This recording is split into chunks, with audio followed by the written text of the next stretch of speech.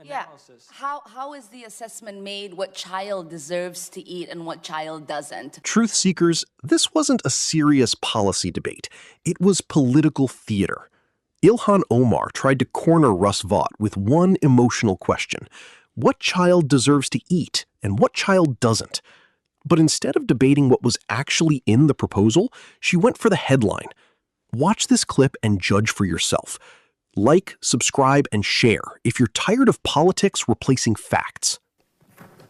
Thank you, Chair. Thank you, Mr. Vaughn, for your testimony today.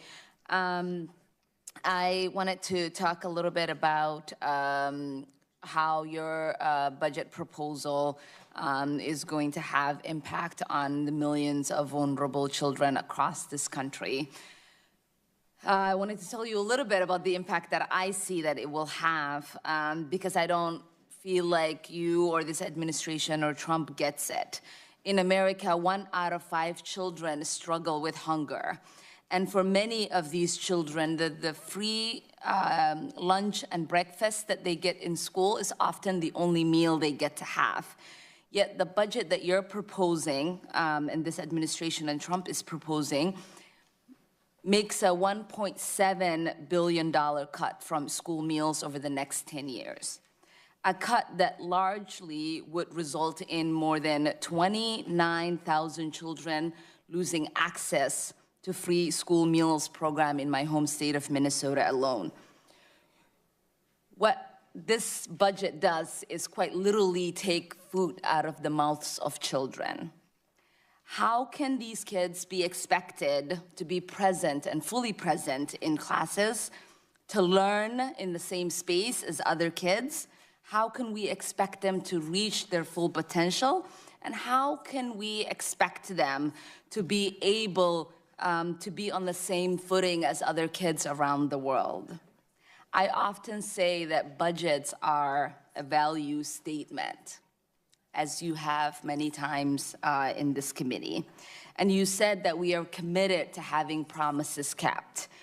What does this budget and your proposal in cutting the child nutrition programs say about the promises that we want to keep to children and where our values really are? Thank you for the question, Congresswoman. We don't think that our budget cuts the programs that you refer to. Specifically, we think that it's important that high-income schools that are currently grouped together right now to receive benefits because they're grouped with low-income schools, that's unfair for the programs themselves.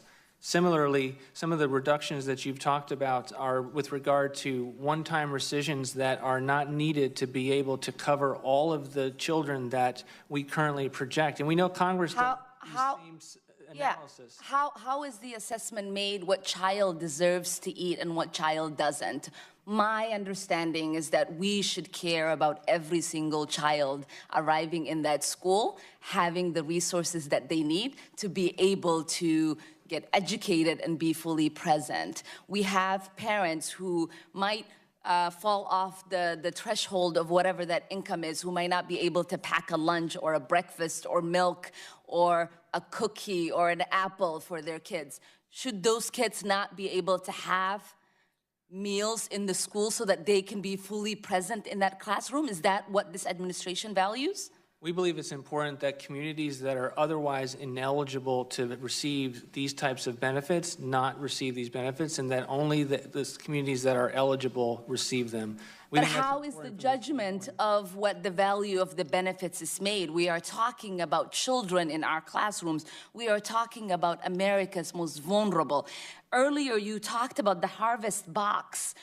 You said if they are not home, that they should pay a price. No, I didn't say that. That was the example you used, that if you're not home, then you pay a fee. No. So what penalty would you think should we propose for people who might not be home to receive juice or a cereal box or a canned meat? I specifically was not referring to suggesting that they should pay a penalty. The point I was making, Congresswoman, is that we don't think that it matters where you are on the income scale to be able to determine a certain level of responsibility to receive in the mail that which you are expecting to receive in the mail. We think that human beings are responsible from that standpoint. I get that. Ilhan Omar came into this hearing looking for a viral moment, and that's exactly what she tried to create. Instead of engaging with Vote's explanation about eligibility requirements, she repeatedly framed the discussion as if the administration wanted children to go hungry. Her now viral question, what child deserves to eat and what child doesn't, is emotionally powerful, but it skips over the point Vote was making. His argument was about who qualifies for federal benefits under the program, not about deciding which children are worthy of food. Even after he explained that the proposal focused on eligibility and preventing benefits from going to communities that don't qualify, Omar kept returning to the same emotional framing instead of addressing his explanation directly. Whether you agree with Vote's budget proposal or not, this exchange showed two very different approaches, one centered on emotional rhetoric, the other on defending the policy's eligibility rules. The real question is whether the hearing advanced the policy discussion or simply produced another viral political moment. Let me know what you think in the comments, and don't forget to like, subscribe, and share.